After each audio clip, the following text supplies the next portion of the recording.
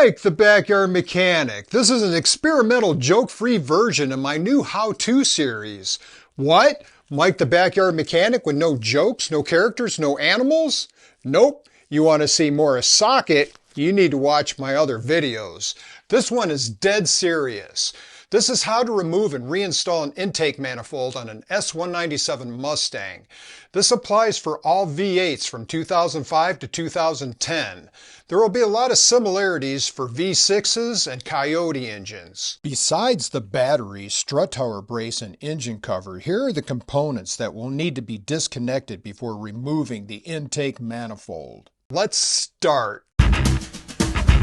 Start by jacking up the front end and supporting it with jack stands. This is an optional step used to keep you from having to bend over so far as to hurt your back. Disconnecting the battery with an 8mm socket is always a good idea when taking things apart. You never know when you might touch something to something else that shouldn't touch. The strut tower brace is in the way and needs to be removed using a 13mm. I like to put the nuts on the other two shock tower studs so I don't lose them. The intake manifold cover comes off next. First, remove the two 8mm nuts on the front. The cover is held in place in the back. On the right side, lift it up off the stud. Whoa, which side was that? To clarify, in the automotive world, left and right are always defined from the driver's perspective, sitting in the driver's seat facing forward. This doesn't change whether you are sitting in the car or working on the engine. On the left side, which is the driver's side, first remove the vacuum hose retainer, then pop the cover off the stud. Pull the cover forward and lift it off. Disconnect the intake sound tube by squeezing the clamp until it clips and stays open. Swing it out of the way. Disconnect the crankcase ventilation tube from the air cleaner output tube by sliding the connection tab. It does not need to be removed from the valve cover. Instead, it can be swung out of the way. Now the intake tube can be removed, or its proper name, the air cleaner output tube. Loosen the hose clamps with a 10mm socket, then detach it from the air cleaner, then pull it off the throttle body. The electrical connectors Ford uses are fairly standard. You push down on a tab that releases a hook inside so the connector can be pulled off. Most will have this red safety clip. When slid back, the tab can be pushed down. When slid forward, it's locked in place. On the left side of the throttle body, remove the throttle position sensor electrical connector. On the right side of the throttle body, remove the throttle control electrical connector.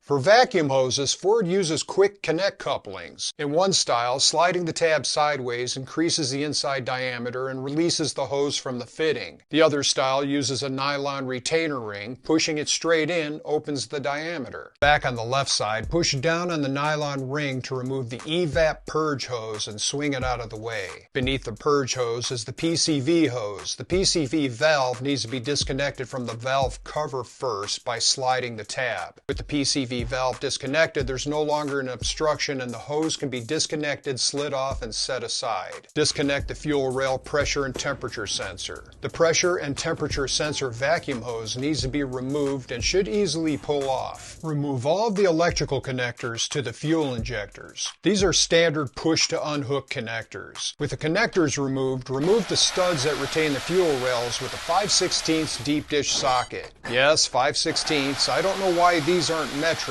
Maybe mine are worn out, but an 8mm doesn't quite do it. Now the injectors need to be pulled out of the intake ports. The injectors are held in place with O-rings. You need to apply a little more muscle than is comfortable to pull them out. Do so carefully, applying even pressure from side to side. A small amount of gasoline smell is normal. With both sides loose, fold the left side over the intake, then take both sides and lay them out of the way. Now the intake can be unbolted. There's a stud in the back that should be done first. It has a wire harness retaining clip on it that needs to be popped off, possibly pried off, and pushed out of the way. Then the stud can be removed with a deep dish 10mm socket. There's a ground strap that can get in the way. I've removed that before for clearance, but the stud can be accessed without removing it. The 9 remaining 10mm bolts can now all be removed. With all the intake bolts removed, the intake can be lifted up and pulled forward and set down. There is foam insulation on the bottom of the intake and it only weighs a few pounds, so setting it down in a random spot poses minimal risk to breaking anything. With the intake pulled forward, the back of it can be disconnected. There's a wire harness that is held in place with a Christmas tree retainer clip. You may need a small pry tool to remove it. Remove the electrical connector for the intake manifold runner control. Finally, pull off the brake vacuum hose. Despite the two clamps on it, the hose should slide off fairly easily from the back of the manifold, but if there is difficulty, it can be removed from the brake power booster instead.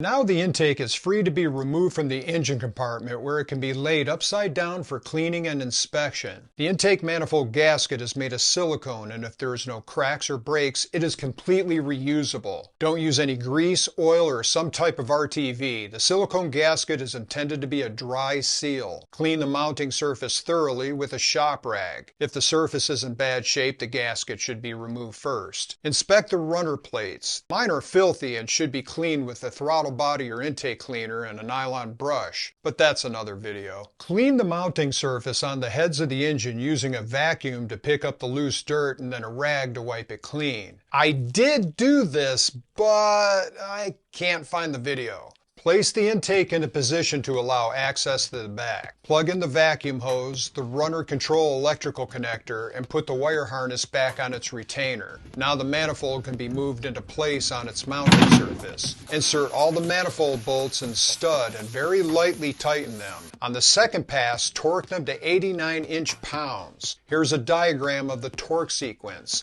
I didn't follow it very closely. I went inside out. It should be more of a zigzag. Using a screwdriver and a rag, clean any debris from the fuel injector ports. Sand and dirt tend to collect in these areas. Wipe off the O-rings on the fuel injectors. These might be gritty from sand and dirt. If desired, use a drop of engine oil on each O-ring, which can make installation easier. Lay the injectors over the manifold and into place. Push the injectors into the ports, evenly distributing the pressure and pushing them down straight as possible to avoid binding. Insert the studs and tighten them down with a 5/16 deep dish socket. Attach all 8 injector electrical connectors. Push on the fuel rail pressure and temperature sensor vacuum hose and the electrical connector.